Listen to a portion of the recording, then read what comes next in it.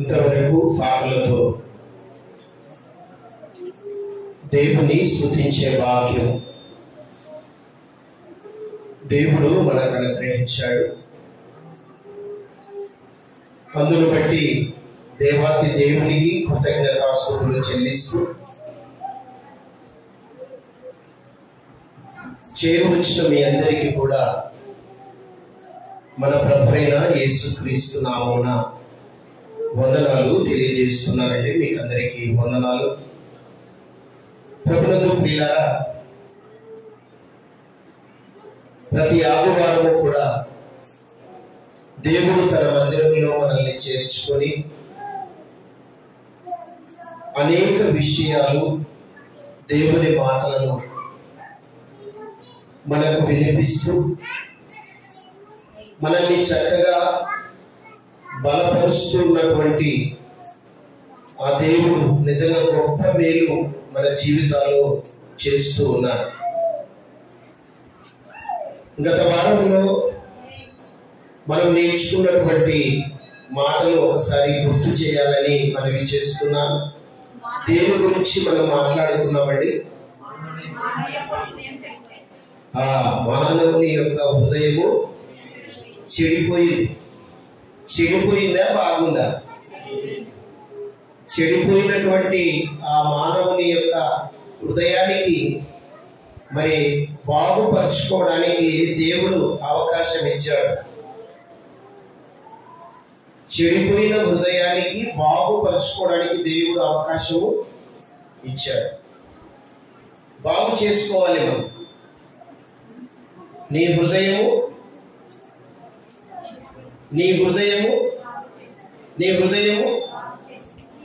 నాకు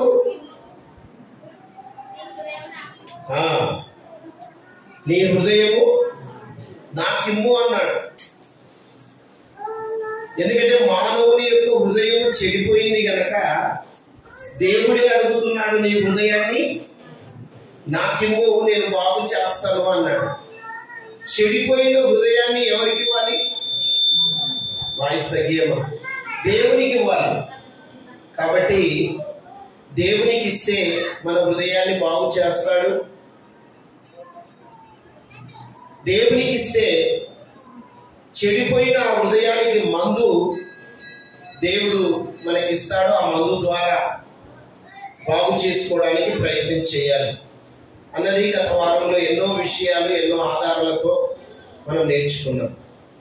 మంచిది. ప్రభునందు ప్రియులారా, ఈ వారం కూడా ఒక చక్కటి అంశంతో దేవుని మాటలను మనం నేర్చుకుందాం. దయచేసి పిల్లలను అల్లరి చేయనీయకండి. అవసరమైతే బయటికి కూడా తీసుకెళ్ళి వాళ్ళని కొంచెం కంట్రోల్లో ఉంచుకోవడానికి ప్రయత్నం చేయండి. మధ్య మధ్యలో మనకు డిస్టర్బెన్స్ లేకుండా తల్లిదండ్రులుగా మీరు మీ బాధ్యత వహించాలని ప్రభునామమున మనం చేస్తున్నాను. ఓకేనండి, వాక్య ధ్యానంలోనికి మనం వెళ్దాం. ఈరోజు మనం నేర్చుకోవాల్సినటువంటి అంశం ఏంటంటే, నిజమైన ద్రాక్షవల్లి ఎవరు? నిజమైన ద్రాక్షవల్లి ఎవరు? ప్రభువుని పిల్లరా,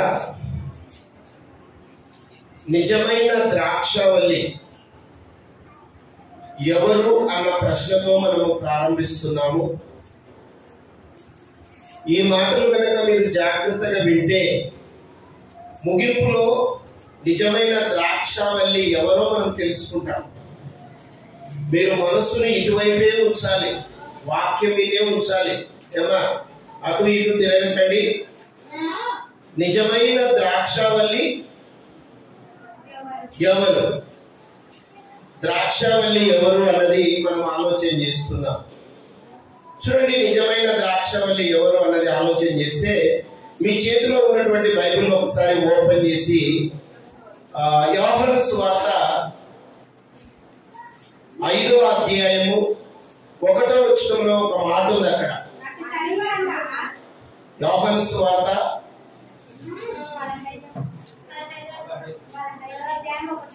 15:1. నేను నిజమైన ద్రాక్షావల్లిని అంటున్నాడు ఇక్కడ. చాలమ్మా, నేను నిజమైన ద్రాక్షావల్లిని అంటున్నాడు. ఎవరు అంటున్నారు ఈ మాట? యేసు ప్రభు అంటున్నాడు. నేను నిజమైన ద్రాక్షావల్లిని అంటే ఇంకొక ద్రాక్షావల్లి కూడా ఉందా లేదా? నిజమైన ద్రాక్షావల్లి ఉంది, కారు ద్రాక్షావల్లి కూడా ఉంది.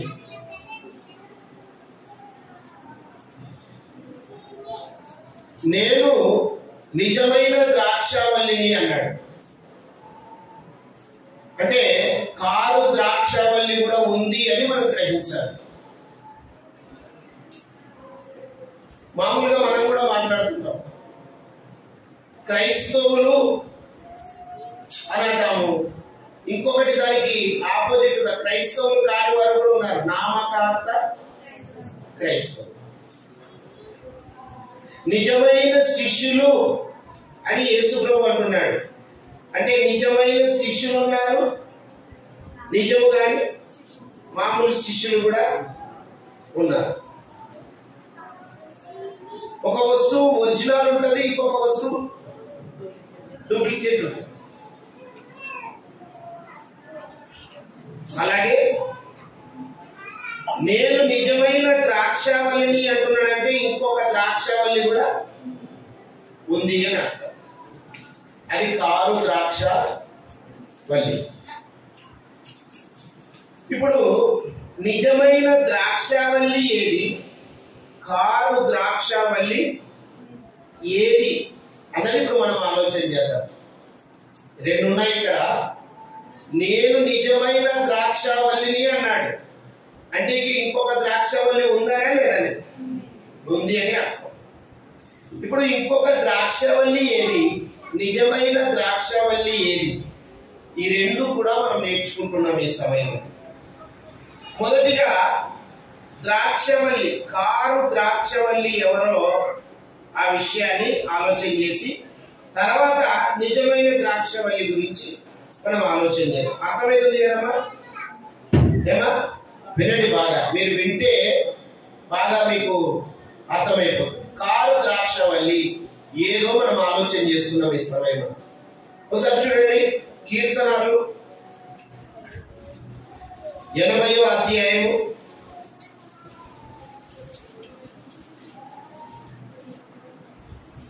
8-9 వచనాలు. నీవు ఐగుప్తులోనికి నీవు ఐగుప్తులో నుండి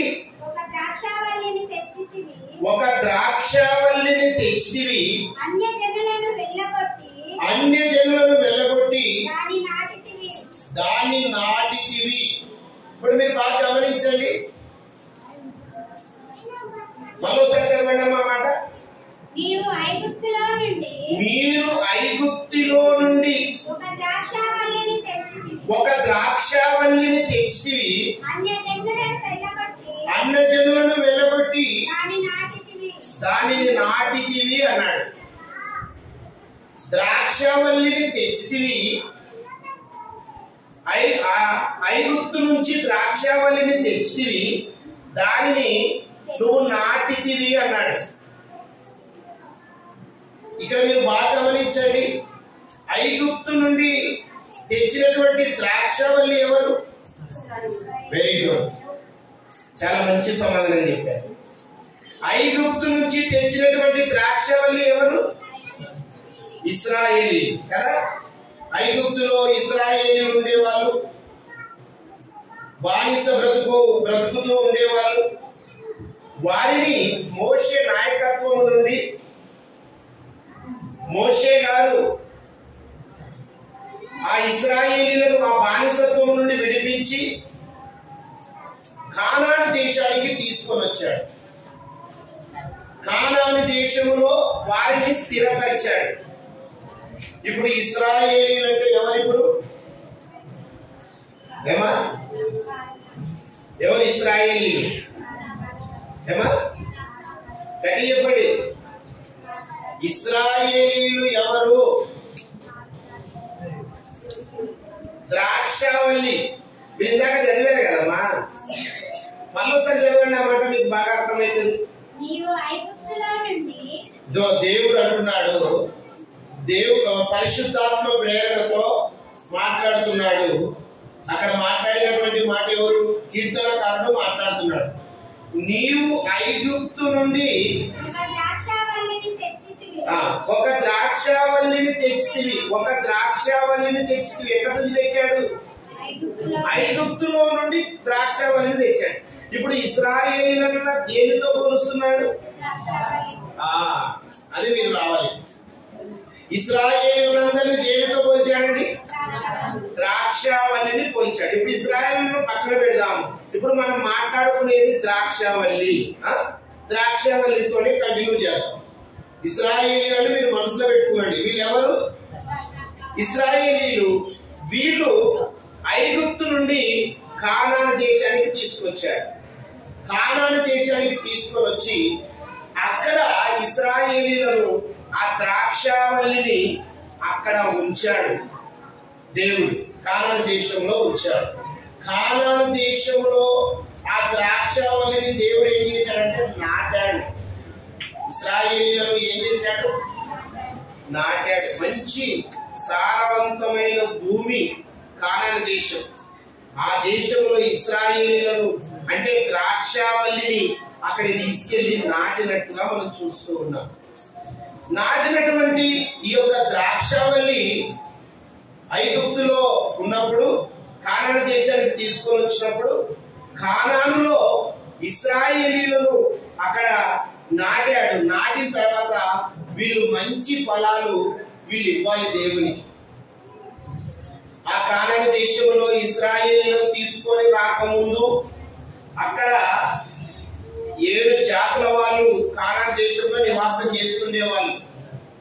వాళ్ళని దేవుడు ఏం చేశాడంటే వాళ్ళని వెళ్ళగొట్టేశాడు. వెళ్ళగొట్టి ఈ ఇశ్రాయేలీయులను కానాను దేశంలో నాటించాడు. అక్కడ తీసుకొచ్చి అక్కడ ఉంచాడు. ఆ దేశంలో ఇశ్రాయేలీయులను కాపాడుతూ, పోషిస్తూ, సంరక్షిస్తూ, అన్ని విషయాల్లో ఇశ్రాయేలీయులకు సహాయం చేస్తూ వారిని నాటి వారి ద్వారా ఫలాలను ఆశిస్తూ ఉన్నాడు. ద్రాక్షవల్లి ఎవరు? ఇశ్రాయేలీయులు. ఎక్కడ నాటాడు? ఎక్కడ నాటాడు? కానాను దేశంలో నాటాడు. ఇశ్రాయేలీయులు అంతే కదండి. ద్రాక్షవల్లి ఎవరు? ఇప్పుడు ఇశ్రాయేలీయులు. వాళ్ళని తీసుకుపోయి ఎక్కడ నాటాడు? కానాను దేశంలో నాటాడు. Very good. కానాను దేశంలో నాటిన తర్వాత మంచి ఫలాలు ఫలించాలా లేదా? ఏమా? ఇశ్రాయేలీయుల నుంచి మంచి ఫలాలు కావాలని నాటినాడా? చెడ్డ ఫలాలు కావాలని నాటాడా? ఇప్పుడు ఒక రైతు పంట వేస్తాడు. మంచి ఫలాలు కావాలని ఆశిస్తాడా? చెడ్డ ఫలాలని ఆశిస్తాడా? మంచి ఫలాలు కావాలని కదా. ఒక విత్తనాలు విత్తినప్పుడు రైతు ఆ విత్తనాల ద్వారా మంచి ఫలాలు, మంచి విత్తనాలే విత్తుతాడు. చెడ్డ విత్తనాలు విత్తడు. ఆ ఫలాలు ఫలించాలని ఆశపడతాడు. ఆ భూమిని ఆ రైతు ఎంతో సేద్యం చేసి మరి మంచి పంట లేదా మంచి ఫలాలు కావాలని ఆశపడుతూ ఉంటాడు రైతు. అలాగే దేవుడు కూడా ఇశ్రాయేలీయులు అనే ద్రాక్షావల్లి ద్వారా మంచి పంట కావాలని దేవుడు కోరుతూ ఉన్నాడు. మంచి ఫలాలు వాళ్ళ ద్వారా రావాలని దేవుడు ఇష్టపడుతూ ఉన్నాడు. వారిని ఎంతగానో వారికి సహాయం చేశాడు. వారికి ఎంతగానో అవసరాలు తీర్చాడు.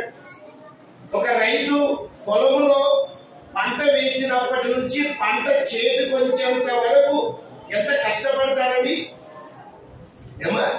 ఊక పంట వేసి వచ్చి ఇంట్లో కూర్చుంటారా రైతు? నా మాట్లాడకండి. పంట వేసిన రైతు పంట వేసి విత్తనాలు వేసినప్పటి నుంచి పంట చేతికొచ్చేంత వరకు కష్టపడతాడా లేదా? వరి విత్తనాలు వరి నాటు వేసినప్పటి నుంచి వరి కోత కోసి ఆ గింజలు ఇంటికి చేరేంత వరకు, ఆ ధాన్యం ఇంటికి చేరేంత వరకు మామూలు కష్టం ఉండదు ఆ రైతుకు. పొలంలో నీళ్లు కట్టాలి, పొలంలో కలుపులుంటే తీసేయాలి, ఎరువేయాలి, మందు కొట్టాలి, రకరకాల పనులు చాలా కష్టపడి పనిచేసి ఒక 3 నెలలు 4 నెలలు కష్టపడితే తప్ప ఆహారం నీ నోటిలోనికి చేరేది కష్టం. ఎంతో కష్టపడతాడు రైతు. అలాగే దేవుడు కూడా ఇశ్రాయేలీయులు అనే ద్రాక్షావల్లి ఆ తోట విషయంలో, ఆ పంట విషయంలో దేవుడు కూడా చాలా కష్టపడినట్టుగా మనం చూస్తూ ఉన్నాం. చాలా కష్టపడ్డాడు దేవుడు కూడా. ఆ కానాను దేశంలో ఉన్న ప్రజలందరినీ నిలబెట్టాడు, అక్కడికి తెచ్చాడు. మంచి దేశం అది కానాను దేశం. అక్కడ నిలబెట్టాడు, అక్కడ ఫలించమని చెప్పాడు, పోషిస్తున్నాడు, వారి అవసరతలన్నీ తీరుస్తున్నాడు. వారికి ఏం అవసరం ఉన్నావో అవన్నీ కూడా దేవుడు వాళ్ళని మంచి సంరక్షణగా కాపాడుతున్నాడు, అన్ని విషయాల్లో సహాయం చేస్తున్నాడు. ఇంత చేస్తున్నప్పుడు వారి నుంచి మంచి ఫలాలు ఆశించేది హక్కు ఉందా లేదా దేవునికి? ఏమా మంచి ఫలాలు కావాలని ఆశించడంలో అది హక్కే కదా దేవునికి. ఒక రైతు పొలంలో వేసిన పంట మంచి పంట రావాలని ఎంతగా ఆశిస్తాడో దేవుడు కూడా అంతే ఆశిస్తున్నాడు. ఫలాలు కావాలని. ఏ ఫలాలు దేవుడు కోరుతున్నాడు ఒకసారి చూడండి. ఎలాంటి ఫలాలు దేవుడు కావాలని కోరుతున్నాడో యిర్మీయా గ్రంథము 2వ అధ్యాయము 21వ వచనం. 2వ అధ్యాయము 21. 2వ అధ్యాయం 21వ వచనం. శ్రేష్టమైన ద్రాక్షవల్లి వంటి దానిగా నేను నిన్ను నాటి తిని. శ్రేష్టమైన ద్రాక్షవల్లి అంటే మంచి పంట రావాలని, మంచి ఫలాలు ఫలించాలని నేను నిన్ను ఎక్కడ నాటాడు? కానాను దేశంలో నేను నిన్ను నాటి తిని. కేవలము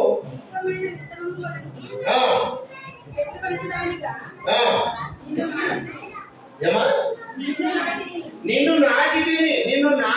నిన్ను అంటే చెట్టు కాదు, ఇక్కడ ఇశ్రాయేలీయుల గురించి చెప్తున్నాడు. నిన్ను నాటి తిని, మంచి ఫలాలు కావాలని నిన్ను నాటి తిని అని దేవుడు అంటూ ఉన్నాడు. ఇప్పుడు మంచి ఫలాలు దేవుడు కావాలని ఆశిస్తూ ఉన్నాడు. మంచి ఫలాలు, శ్రేష్టమైన భూమిలో నిన్ను నాటి తిని అంటున్నాడు. కానాను దేశం మంచి దేశం అది. ఆ దేశంలో ఇశ్రాయేలీయులను తీసుకుపోయి నాటాడు. నాటినటువంటి ఆ చెట్టు ఫలాలు, మంచి ఫలాలు రావాలి. మంచి ఫలాలు రావాలి. ఏవి మంచి ఫలాలు అంటే యెషయా గ్రంథము 5వ అధ్యాయము 7వ వచనం.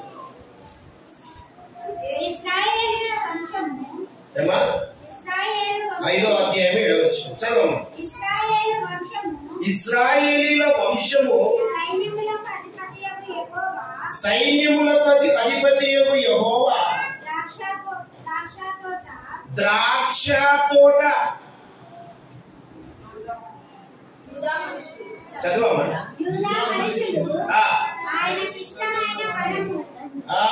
ఆయనకిష్టమైన వనము, ద్రాక్ష తోట, ఆయనకిష్టమైన వనము, ద్రాక్ష తోట. ఇశ్రాయేలీయులైన ద్రాక్ష తోట, ఆయనకిష్టమైన వనము. నా ఇష్టమైన నా ప్రజలు, నా సొత్తు. ఇశ్రాయేలు గురించి ఎంత గొప్పగా చెప్తున్నాడు అండి. నా ప్రజలు, నా సొత్తు, నా బిడ్డలు అని, నా వారసులు అని వాళ్ళ కోసం ఏదైతే చెయ్యాలో అవన్నీ కూడా చేశాడు. వాళ్ళ నుంచి మంచి ఫలాలు ఆశిస్తూ ఉన్నాడు. కానీ మంచి ఫలాలు ఇవ్వాలని ఆశిస్తే వాళ్ళు చెడ్డ ఫలాలు, వాళ్ళకి దేవుడు వాళ్ళ ద్వారా చెడ్డ ఫలాలు ఫలిస్తూ ఉన్నారు. ఏంటి ఆ చెడ్డ ఫలాలు? ఆమోసు గ్రంథం 5వ అధ్యాయం 7వ వచనం. న్యాయమును న్యాయమును అన్యాయములకు మార్చి నీతిని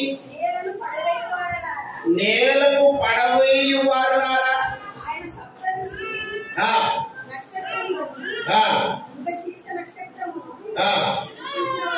చూడండి, న్యాయములను ఏం చేశారంట? అన్యాయముగా మార్చేశారు. అన్యాయంగా మార్చేశారు. మంచి ఫలాలు ఏంటివంటే ఇశ్రాయేలు నుంచి కోరుకున్నది న్యాయంగా ప్రవర్తించండి అని కోరుతున్నాడు. కానీ ఇశ్రాయేలీలలో నుంచి ఆ ఫలాలు కాకుండా వేరే ఫలాలు ఇచ్చారు. కారు ద్రాక్ష వల్లి ఇచ్చారు, కారు ద్రాక్ష తోట ఇచ్చారు. అన్యాయంగా ప్రవర్తిస్తున్నారు, బలాత్కారంతో ప్రవర్తిస్తున్నారు, చెడ్డవారిగా మారిపోయారు. చెడ్డ ఫలాలు దేవునికి ఇస్తూ ఉన్నారు. దేవునికి చెడ్డ ఫలాలు ఇస్తూ ఉంటే దేవుడు ఎంతగా బాధపడతాడో ఒకసారి ఆలోచించండి. ఇశ్రాయేలీల కోసం ఎంతో శ్రమ పడ్డాడు, అవసరాలు తీర్చాడు, కష్టాలు తీర్చాడు, సహాయం చేశాడు. దేవుడు కోరుకుంటున్నది నీతిగా బ్రతుకునైనా అంటున్నాడు, నిజాయితీగా బ్రతుకునైనా అంటున్నాడు. మంచి ఫలాలు ఏంటివి? నీతిగా నిజాయితీగా నువ్వు బ్రతికితే ఆ ఫలాల ద్వారా నేను ఆనందపడతాను అంటున్నాడు. ఇంకా చూడండి, ఆమోసు 5:24 నీళ్లు పారునట్లుగా నీళ్లు పారునట్లుగా ఏం జరగాలంట? న్యాయము జరగనీయుడి. గొప్ప ప్రవాహము వలె నీతిని ప్రవహింపనీయుడి. గొప్ప ప్రవాహము వలె నీతిని ప్రవహింపనీయుడి, న్యాయమును జరగనీయుడి అని చెప్పాడు. కానీ న్యాయము జరుగుతలేదు, అన్యాయమే జరుగుతుంది. ఇదే యెషయా గ్రంథము 5:4 మనం చూస్తే, నేను నా ద్రాక్ష తోటకు చేసిన దానికంటే మరేమి చేయగలను? ఎన్నో సహాయం చేశాను ఆ ద్రాక్ష తోటకు. నేను మంచి ఫలాలు కావాలని ఆశించాను, ఎంత చేయాలో అంత చేసినాను, నేను ఇంకేం చేయాలి అంటున్నాడు దేవుడు. అది ద్రాక్ష పండ్లు మంచి ఫలాలు కాయవలనని నేను కనిపెట్టి చూసినప్పుడు అది కారు ద్రాక్షలు కాయుటకు కారణమేమి? అది ఏ కాయలు కాస్తున్నాయంట? కారు ద్రాక్షలు కాస్తున్నాయి. ఏటివి ఆ కారు ద్రాక్షలు అంటే నీతిగా ప్రవర్తించడం లేదు ఇశ్రాయేలీ.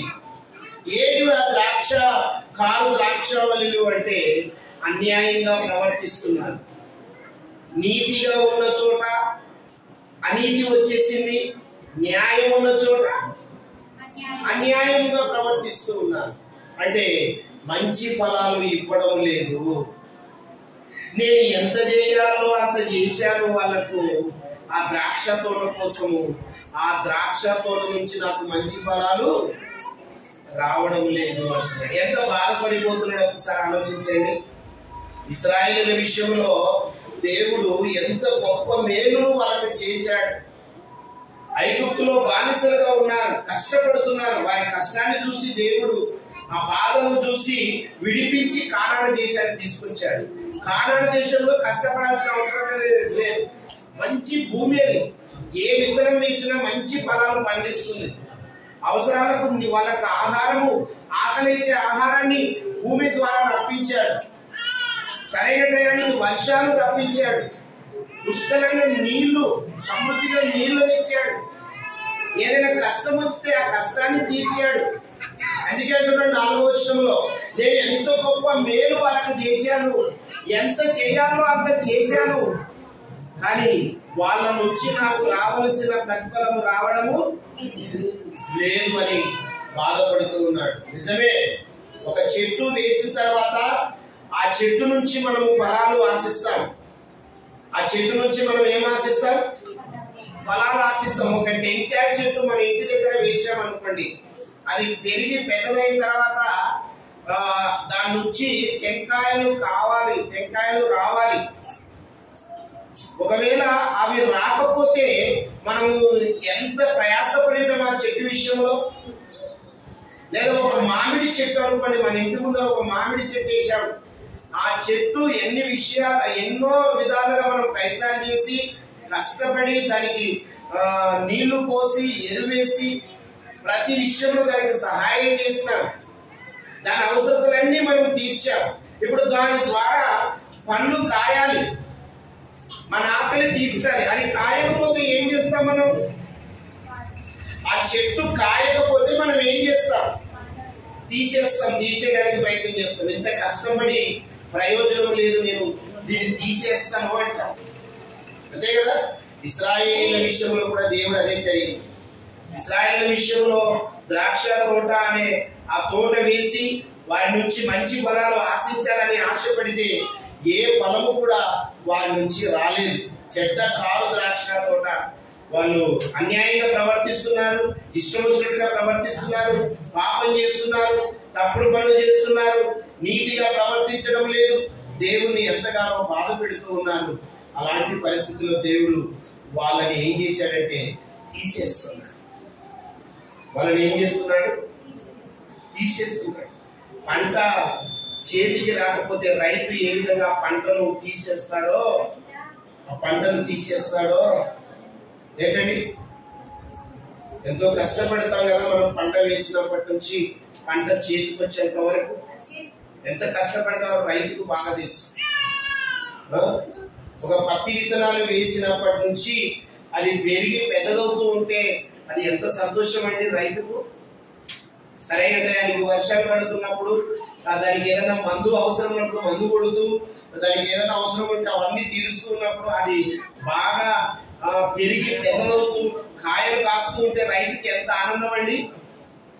అది పంట చేతికి వస్తూ ఉంటే తన కష్టమంతా వ్యర్థము కాలేదు అని ఆనందపడతాడు రైతు.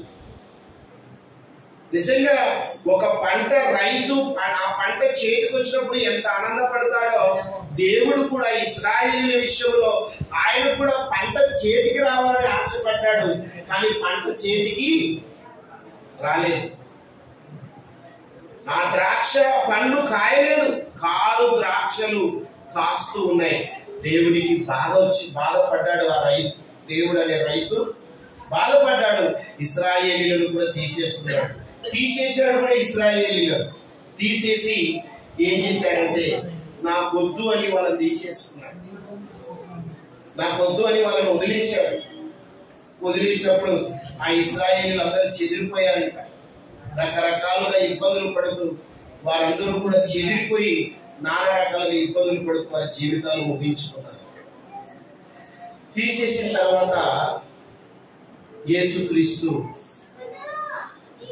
పరలోకములో నుండి భూలోకానికి వచ్చాడు.